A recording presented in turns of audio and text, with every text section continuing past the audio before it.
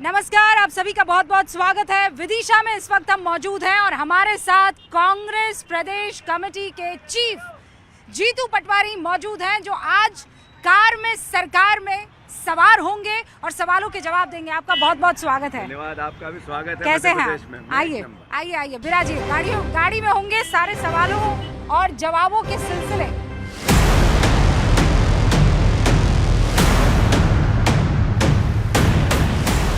तो किस तरह से चल रही है आपकी तैयारी जीतू भाई?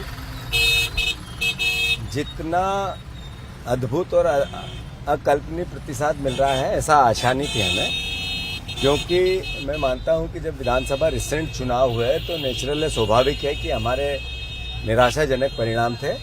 और वही था कि अल्टीमेटली मोदी मैजिक की जो बातें होती थी या इस तरह की भावना व्यक्त की जाती थी कि राम मंदिर का बहुत अद्भुत अकल्पनीय बीजेपी लाभ लेगी, वैसा कुछ ग्राउंड पे दिखता नहीं है।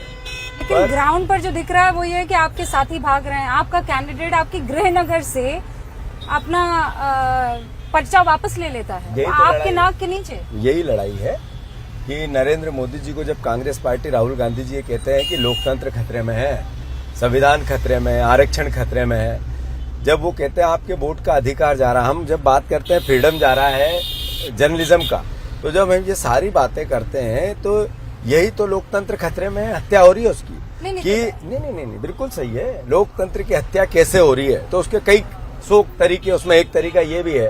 पहले हम देखते थे बूथ कैप्चरिंग होती थी, फिर हम देखते थे सरपंचों के फॉर्म विड्रा किया जाता था, पार्षद निर्विरोध हो जाते थे, कभी विधायक निर्विरोध होते हम नहीं देखते थे। पर क्यों आपको धोखा देकर जा रहा है? ये इसलिए जा रहा है कि सरकार ने अपनी ताकत का दुरुपयोग किया है, उसने अपने धन बल का दुरुपयोग किया है। आपके सिपाही इतने नाजुक हैं? नहीं, बात नाजुक की नहीं है। बात, ऐसा कौन व्यक्ति है संसार में जिसमें कुछ कमी नहीं हो?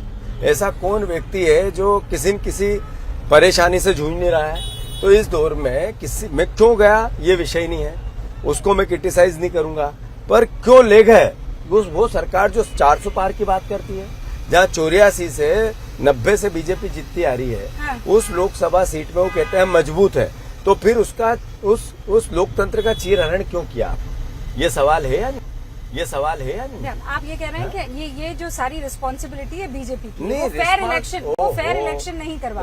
राजीव गांधी जब प्राइम मिनिस्टर थे, जब 400 से ऊपर सीटें थी, कभी आपने देखा कि बीजेपी के किसी भी एक कैंडिडेट को कांग्रेस ने उस समय इस तरह की दादागिरी करके या इस तरह का प्रशासनिक दबाव बना के या इस तरह का गुंडागिर्दी करके फॉर्म विड्रा कराया? जीतू भाई, जितने भी सूरत में क्या हुआ, जितने भी लीडर हैं वो ये कह रहे हैं। आप जानते हैं गौरव वल्लभ, आपको लगता है कि वो धोखेबाज आदमी, रोहन गुप्ता आपको लगता है धोखेबाज आदमी, या जितने भी लोग इस वक्त उनके साथ जुड़ रहे हैं वो यही कह रहे हैं कि इस पार्टी में वो बचा ही नहीं जो होना चाहिए। अच्छा, वो सब छोड़ दीजिए। नहीं, मैं इसका जवाब दे दूं।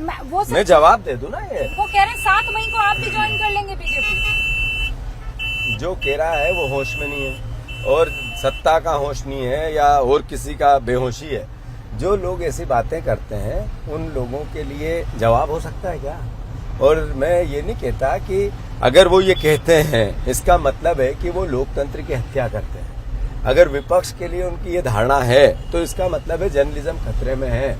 आप इसको, ये देश खतरे में बार-बार जर्नलिज्म क्यों नहीं कहना पड़ रहा है? क्यों आप पे भी दबाव रहता है? आप तो थार में सरकार में, तो आपके पास लगातार 3 दिनों से कोशिश कर रही हूँ कि आओ मेरे से बात करना, मेरा इंटरव्यू लेना। अगर जर्नलिज्म जिंदा रहने जैसा है तो ये तो कोई बात नहीं। नहीं, बिल्कुल, इसीलिए तो मैं आपके पास आई हूँ, वरना क्या होता, कोई आता मतलब एक पक्ष से दूसरे पक्ष की अगर बात कर ले बिना बिना दुख के सुख कैसा? अगर आप सत्ता को ही बता रहे होगे तो विपक्ष को नहीं बताओगे तो आपका जर्नलिज्म कैसा? ये क्या है? ये तो आप बैलेंस करते हो। आप उनको बताते हो 40 मिनट, हमें बताते हो 7 मिनट। ये अंतर है। अच्छा, राहुल गांधी की कितनी रैलियां कवर करती है न्यूज 18? नहीं, न्यूज 18 राहुल गांधी की बहुत सारी रैलियां कवर करती है। बहुत सारी करती है, मोदी की हर रैली करती है। ऐसा क्यों? उतनी, अरे मोदी प्रधानमंत्री है। हाँ, तो जो भी विपक्ष के नेता है सबसे बड़ा आपके लिए राहुल, उनको अगर आप 60% उनको देते हो, 40 तो इनको दो। आप इनको 10% देते हो, उनको 90% देते हो। आपको उतना ही मिलेगा ना जितना आप डिजर्व करते हैं। ये तो भाई ये कैसी बातें कर रहे हैं आप? यही तो आप चिंता सुनिए, है। आपके लिए राहुल गांधी सर्वोच्च नेता हो सकते हैं, लेकिन इस देश के लिए वो वायनाड के एक सांसद हैं, महज सांसद। कितने सांसदों की हम लोग रैलियां काट लेते हैं रोज, ये पूछिए। प्रधानमंत्री नरेंद्र मोदी अगर कर रहे हैं तो वो देश का प्रधानमंत्री हैं। वो आप ही लोग तो कह रहे हैं जिसकी जितनी संख्या भारी उसकी उतनी हिस्सेदारी। तो प्रधानमंत्री और सांसद, क्या हम सारे के सारे सांसदों की रैली कवर कर रहे हैं? रूबिका, कौन सा सांसद ने पिछले देश की आजादी से आज तक ये 4000 किलोमीटर चल के प्रेम प्यार मोहब्बत देश बनाने की बात की? कोई सांसद मिला आपको? ये तो बिल्कुल अलग काम उन्होंने किया। कितना सांसद ऐसे मिले आपको जो इतने सरकार के क्रिटिसिज्म के बाद दृढ़ता से खड़े होकर अपनी बात कहता रहता है? ऐसा कोई दूसरा सांसद मिला आपको? कितनी प्रशासनिक अलग अलग की यातनाएं सही उस परिवार ने, उसके बाद भी सरकार की, मोदी जी का इतनी गालियां सुनी, उसके परिवार की सुनी, उसके बाद भी दृढ़ता से देश की बात करने वाला दूसरा सांसद मिला आपको? तो फिर ये सिर्फ एक सांसद है, ये कहना मैं आपको, आप कह सकती है, आपका अधिकार है, पर ये अगर दूसरा सांसद कौन है ऐसा? नहीं, कोई नहीं। जब वो न्याय यात्रा लेकर निकले थे, एक अलग रूप उनका दिखा था। ये क्यों कोई किसी ये बात छिपाई नहीं जा सकती? तो क्या रूप रोज मोदी जैसे बदलेंगे? अरे रूप वैसा, अरे रूप तो उन्होंने भी बदला था ना, दाढ़ी वाड़ी बना। ये तो नॉर्मल, ये नॉर्मल है कि उन्होंने भी नॉर्मली। अरे मोदी कभी बांग्लादेश की लड़ाई में साफा पहन लेते हैं, कभी कुछ पहन लेते हैं, कभी फोटो सेशन कराते हैं, कभी पानी के अंदर जाते हैं, कभी जहाज के ऊपर जाते, ये सब तो नहीं करते। गलत है, ये गलत नहीं, मैं गलत सही का ना, रूप बदलने की बातें कर रहा हूँ। वो कभी राहुल गांधी खाट पर बैठते हैं, कभी वो भी किसी का गमछा डाल देते हैं, कभी 10 तरीके की दूसरी चीजें होती है। बहरहाल अगर इतना कुछ कर रहे हैं पर पानी के अंदर दर्शन नहीं करते, तो सीटें क्यों नहीं मिल रही है? ये हो सकता है 10 साल हो गए हैं, सीटें नहीं मिल रही है। इस रिजल्ट के बाद बात करेंगे।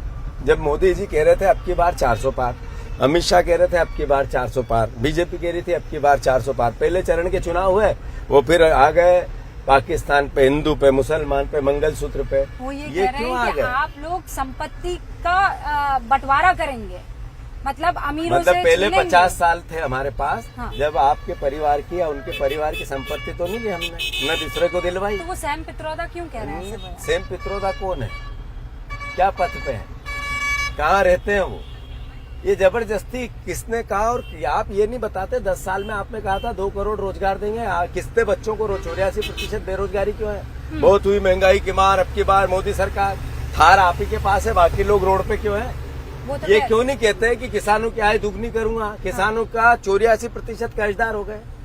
क्या कारण है कि इस देश में 250 लाख करोड़ का कर्जा हो गया? डॉलर के मुकाबले रुपए की कीमत प्रधानमंत्री की उम्र से ज्यादा, अभी के प्रधानमंत्री की उम्र से ज्यादा 85 रुपए क्यों नहीं कहते? अच्छा, तो फिर ये बताइए, ये देश के मुद्दे हैं या सैम पित्रोदा देश का मुद्दा? तो सैम पित्रोदा को उन्हीं बयानों के इर्द गिर्द घूमना चाहिए था ना? आपको नहीं लगता ये लोग आपकी मुसीबत बढ़ा कौन देते है हैं? सैम पित्रोदा? किस तो पद पे है वो? मैं क्यों बताऊंगा? आप सवाल पूछा। कांग्रेस ये खड़गे जी ने कहा, ये खड़गे जी ने कहा, ये राहुल जी ने कहा, ये हमारे साथ। आप ये क्यों नहीं कहते कि वो खड़गे अनंत हेगड़े जिसने ये कहा कि हमें संविधान बदलना है? ये सवाल क्यों नहीं है? ये सवाल क्यों नहीं है कि अयोध्या के सांसद ने कहा हमें आरक्षण? यादव से पूछ ये सवाल क्यों नहीं पूछोगे? नहीं, मैंने उनसे पूछ लिया कि आप लोग संविधान बदल देंगे। सबसे बड़ा आरोप आप पर ये लग रहा है। ये सवाल अभी आपसे आरक्षण समाप्त कर देंगे, वो सवाल, और ये आरोप नहीं है, सच है। वो सवाल मैंने उनसे कैसे सच है वो भी बता सकता हूँ। लेकिन आपसे जो सवाल पूछूंगी तो आपसे ही रिलेटेड होगा। बिल्कुल पूछो। आप लोग आरोप लगा रहे हैं कि संविधान बदल देंगे। वो कह रहे हैं कि संविधान का प्रियम्बल तो आप लोगों ने बदला है। इंदिरा गांधी ने उसमें सोशलिस्ट और सेक्युलर शब्द जोड़ा था। संविधान बदलने वाले हम नहीं। 107 या 106 बदलावों में 67 बदलाव आप लोगों ने किए। संविधान बदलना और सर्वसम्मति से कोई सुधार करना, और संविधान बदलना और अपने एजेंडे को अपर साइड ले जाके देश पे थोपना, इसमें अंतर है कि नहीं है? अनंत हेगड़े ने क्या कहा, उनके दूसरे सांसदों ने क्या कहा, उनके अभी ये राम भगवान जो बने थे रामायण में, अरुण गोविल ने क्या कहा, ये सब बातें संविधान नहीं बदलते। ज्योति मिर्धा एक और नाम, ज्योति मिर्जा ने क्या कहा, ये सब बातें। फिर मुख्यमंत्री मोहन है, उनको कैंडिडेट बनाया है, उनको पार्टी से बाहर कर देते प्रधानमंत्री। ये प्रधानमंत्री ने उनकी बात को क्रिटिसिज्म नहीं किया, उनको टिकट दिया और कहा हाँ आपने सही कहा, चलो चुनाव लड़ो। अच्छा, लेकिन अब ये बताइए, आप प्रधानमंत्री पर तो लगातार हमलावर हो रहे हैं, विपक्ष आप पर हमलावर है कि आपके आने के बाद ऐसा लगता है मानो पूरी कांग्रेस ही यहाँ से छोड़कर चली जाएगी बीजेपी में। मैं जो लोग हमारे साथ थे और जो चले गए हैं उनके लिए कोई भगवान उनको सद्बुद्धि दे, ईश्वर उनकी मनोकामना पूरी करे। ईश्वर से मैं कामना करता हूं कि वो जब ये चुनाव चले जाए, जब भी सम्मानित होते रहे, जिस दिन जाते हैं उस दिन माला पहनते हैं, दूसरे दिन कभी अखबार में भी नहीं दिखते हैं। ऐसे लोग जिनके कलेजे नहीं है, जैसे लोग जो दूसरी पटरी पर विपक्ष के रह के मुकाबला नहीं कर सकते हैं, उनको बीजेपी को ही मुबारक हो। हमें जरूरत ही नहीं थी। उनको भगवान करे, उनका भला करे, भगला हो। सत्ता के साथ रहकर अपना जीवन यापन करना और विपक्ष में रहकर दृढ़ता से लोकतंत्र की रक्षा करना है। तो हम वो लोग हैं, वो सत्ता के। आप कभी कांग्रेस छोड़कर नहीं जाने वाले? अब ये बात ही करना, मैं आप हो तो ये बोल नहीं पाता हूँ, पर जिसने की थी उसको कहा वो नशे में है। जिसने की थी अभी एक नेता ने कल परसों, मैंने कहा वो बेहोशी है उसकी। जब होश में आएगा ये बात याद रखी जाएगी, गोविंद सिंह राजपूत ये बात लिख कर रखी जाएगी और समय पे जवाब दिया जाएगा। 29 में से कितनी सीटें मध्य प्रदेश में? ये मेरा आखिरी 50 सीटें आप लेंगे? 50%, 50%। हाँ, 50% में से 50% आप ले जाएंगे? लेंगे, बगैर नेताओं के, बगैर कैंडिडेट। रिजल्ट आएगा तब बात करेंगे। वो कह रहे 29 की 29 इस बार, एक जो छूट गई थी वो भी ले लेंगे। वो उनका लॉजिक बनता है कहने का, क्योंकि वो पहले 28 लाए थे, और लॉजिक बनता है उनका कहने का कि उनके पास रावण के सिद्धांत मूर्त रूप रहते हैं। वो रावण जैसे बोलते हैं, ऐसा करेंगे अब की बार 400 पार।